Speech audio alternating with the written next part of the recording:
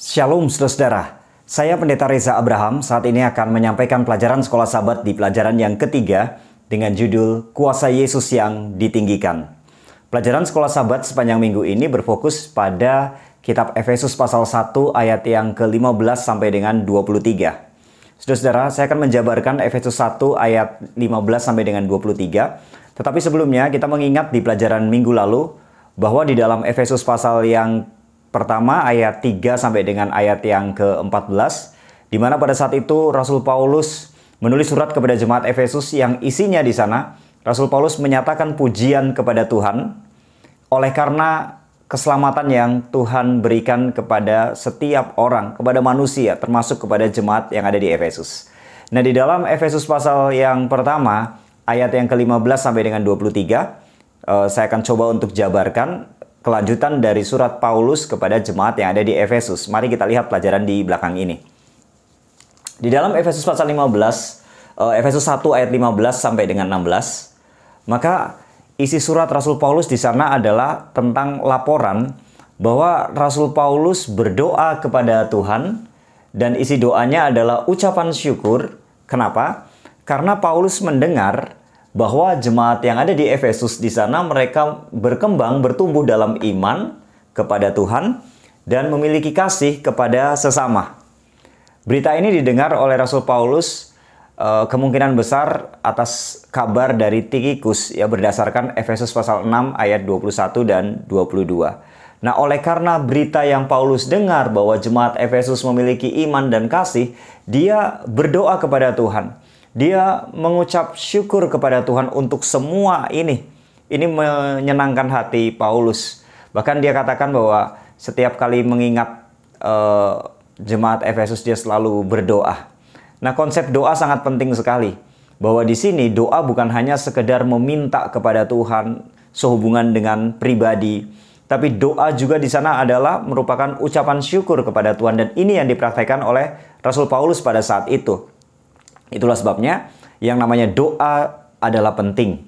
Bahkan kalau kita bandingkan dengan 1 Tesalonika 5 ayat yang ke-17, tetaplah berdoa, artinya doa tanpa berkeputusan. Ini bukan berarti bahwa setiap hari, dalam arti setiap saat kita bertelut, kemudian lipat tangan kita berdoa kepada Tuhan. Tapi ini lebih kepada hubungan pribadi dengan Tuhan setiap hari. Itulah makna doa sebenarnya. Kita selalu membuka hati kepada Tuhan, mengizinkan Tuhan yang selalu ada dalam kehidupan kita. Pemikiran kita terhubung kepada Tuhan, memandang kepada Tuhan setiap hari. Itulah makna berdoa. Jadi Rasul Paulus memberikan laporan kepada jemaat Efesus bahwa dia berdoa, mengucap syukur atas iman dan kasih yang dimiliki oleh jemaat Efesus pada saat itu. Nah, kemudian di ayat 17 sampai dengan ayat 19, Rasul Paulus juga memberikan laporan dalam suratnya kepada jemaat Efesus. Selain dia berdoa mengucap syukur, dia juga berdoa dengan meminta kepada Tuhan. Tapi bukan meminta untuk diri pribadinya. Dia meminta kepada Tuhan, yaitu Roh Kudus. Supaya Roh Kudus ini diberikan kepada jemaat Efesus. Nah, di Efesus 1 ayat yang ke-13 dan 14, ini pelajaran minggu lalu, kita dapati di sana bahwa Roh Kudus membawa kepada pertobatan seseorang, kepada keselamatan. Jadi saat ini Rasul Paulus di ayat 17 sampai 19 meminta Roh Kudus itu untuk ada di jemaat Efesus. Kenapa? Karena Roh Kudus ini sangat penting sekali dalam kehidupan sehubungan dengan keselamatan. Nah, itulah sebabnya maka ada 4 hal yang disampaikan oleh Rasul Paulus sehubungan dengan dia meminta Roh Kudus kepada Tuhan supaya diberikan kepada jemaat Efesus. 4 hal itu adalah dengan adanya Roh Kudus, dia percaya, dia berharap bahwa Roh Kudus itu akan memberikan kepada jemaat Efesus supaya mengenal Tuhan dengan benar. Jadi supaya jemaat Efesus itu bukan hanya sekedar ya tahu tentang Tuhan Yesus, tapi benar-benar mengenal secara dalam tentang siapa itu Yesus dalam kehidupan. Kemudian yang kedua, supaya karena tuntunan Roh Kudus ini, jemaat Efesus mengerti pengharapan dalam panggilan Tuhan kepada mereka, ya, tentang keselamatan. Kemudian yang ketiga, supaya jemaat Efesus mengerti kemuliaan yang ditetapkan, ya, keselamatan di sana. Kemudian yang keempat, supaya jemaat Efesus mengerti tentang kuasa Tuhan. Jadi 4 hal ini disampaikan kepada jemaat Efesus pada saat itu. Maka kalau mau disimpulkan apa yang disampaikan oleh Rasul Paulus dari 4 hal ini di ayat 17 sampai dengan 19, maka Rasul Paulus sedang meminta kepada Tuhan, yaitu Roh Kudus, diberikan kepada jemaat Efesus supaya jemaat Efesus mengerti tentang kuasa Tuhan yang sangat hebat, luar biasa, kuasa Tuhan yang sangat besar, sehingga memberikan keselamatan kepada setiap orang termasuk jemaat Efesus. Itulah sebabnya keselamatan itu karena kuasa Tuhan yang besar, dan itu yang harus dimengerti dan dipahami oleh jemaat Efesus. Nah, lebih jauh lagi di ayat yang ke-20, ketika Rasul Paulus di sana berbicara kepada jemaat Efesus melalui suratnya sehubungan dengan kuasa Tuhan yang besar untuk memberikan keselamatan, maka di sana disebutkan tentang Yesus Kristus. Dan ada 2 hal yang disebutkan tentang kebangkitan Yesus dan tentang kemuliaan dari Yesus itu sendiri. Ya, Yesus Kristus ini adalah pelaksana di dalam keselamatan. Karena Yesuslah maka ada keselamatan. 2 hal yang disampaikan di sana, kebangkitan Yesus. Ya, Yesus harus mati di kayu salib menggantikan kita manusia yang seharusnya mati, dia mati. Tapi dia tidak mati terus, tapi harus ada kebangkitan. Nah, dengan adanya kebangkitan Yesus ini menunjukkan kuasanya hebat, luar biasa, dan besar. Karena dengan adanya kebangkitan ini, maka memberikan jaminan kepada setiap orang bahwa setiap orang juga akan mengalami kebangkitan nanti ketika Yesus datang untuk kedua kali. Nah, setelah bangkit, Yesus kemudian terangkat ke sorga. Nah, kemudian di sorga, di tahta sorga di sana, dia dimuliakan.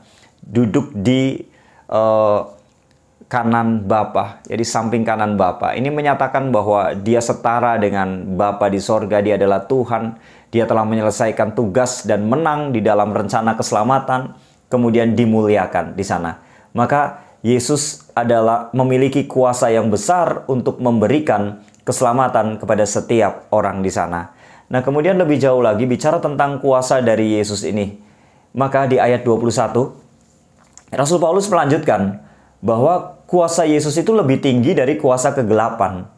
Nah, ini kalau di ayat yang ke-21 kita baca di sana berbicara tentang pemerintah, kerajaan, para penguasa.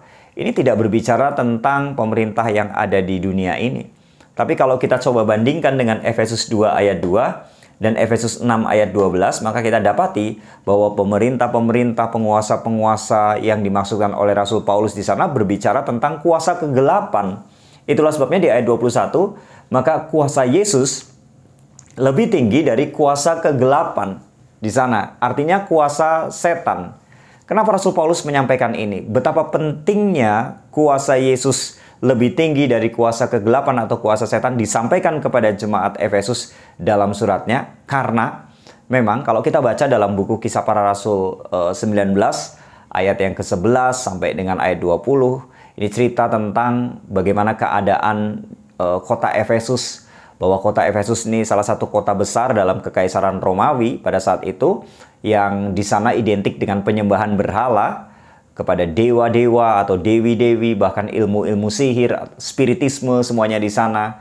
Dan itu disampaikan oleh Rasul Paulus bahwa hal ini akan berdampak kepada gereja. Itulah sebabnya dia mengingatkan kuasa Yesus itu lebih tinggi, lebih besar dari kuasa kegelapan. Karena memang kuasa kegelapan yang di mana jemaat Efesus, orang-orang Efesus pada saat itu menyembah dewa-dewa, dewi-dewi di sana itu di bawah. Mereka tidak ada artinya. Sia-sia ketika menyembah mereka, ketika mengandalkan kuasa mereka, ketika terlibat hubungan dengan kuasa-kuasa seperti itu. Makanya Rasul Paulus mengingatkan bahwa kuasa Yesus lebih tinggi. Jadi Yesus yang harus diandalkan, bukan kuasa-kuasa kegelapan melalui ilmu sihir. Jadi Rasul Paulus sedang mengingatkan kepada jemaat Efesus bahwa pengaruhnya besar sekali dengan pemahaman-pemahaman yang ada di kota Efesus saat itu dalam penyembahan berhala. Tapi kuasa Yesus lebih tinggi dari semua kuasa kegelapan di sana. Nah, kemudian di ayat yang ke-22 sampai dengan ayat yang ke-23 di sana, maka Rasul Paulus melanjutkan bahwa kuasa kegelapan telah dikalahkan. Ya, istilah di mana segala sesuatu diletakkan di bawah kaki Yesus. Artinya kuasa kegelapan di sana sudah dikalahkan dengan kematian Yesus di kayu salib. segala kuasa kegelapan di sana tidak sanggup untuk mengalahkan kuasa Yesus. Nah, itu kemudian yang kedua di sana bahwa Kristus Yesus menjadi kepala gereja. Nah, gereja ini adalah tubuhnya. Maka dalam hal ini diajak kepada gereja secara khusus Efesus sebagai tubuhnya di sana untuk bersatu meskipun berbeda dalam hal latar belakang maupun suku atau bangsa di sana. Dan sangat penting sekali bahwa gereja Tuhan yang adalah tubuh Tuhan meskipun berbeda harus bersatu di sana. Yesus harus menjadi kepala pemimpin di dalam gereja itu. Artinya ketika disatukan di dalam Yesus, dalam gereja sebagai tubuh Kristus di sana, maka kuasa itu ada di dalam gereja dan mendapatkan jaminan bahwa gereja yang bersatu, yang mengandalkan Yesus, meninggikan Yesus dalam kuasanya di sana, akan berdampak kepada kuasa itu dimiliki oleh gereja untuk mengalahkan kuasa-kuasa kegelapan, dan gereja itu akan bertumbuh di dalam Yesus. Inilah yang mau disampaikan oleh Rasul Paulus, bahwa Rasul Paulus ingin menyampaikan kepada jemaat Efesus bahwa sangat penting sekali meninggikan kuasa Yesus, karena memang dengan kuasa Yesus itulah yang berdampak positif, yang membawa keselamatan kepada setiap orang, bahkan kemenangan di dalam kehidupan ini. Inilah pelajaran Sekolah Sabat yang bisa saya sampaikan. Semoga menjadi berkat untuk kita semuanya. Tuhan memberkati.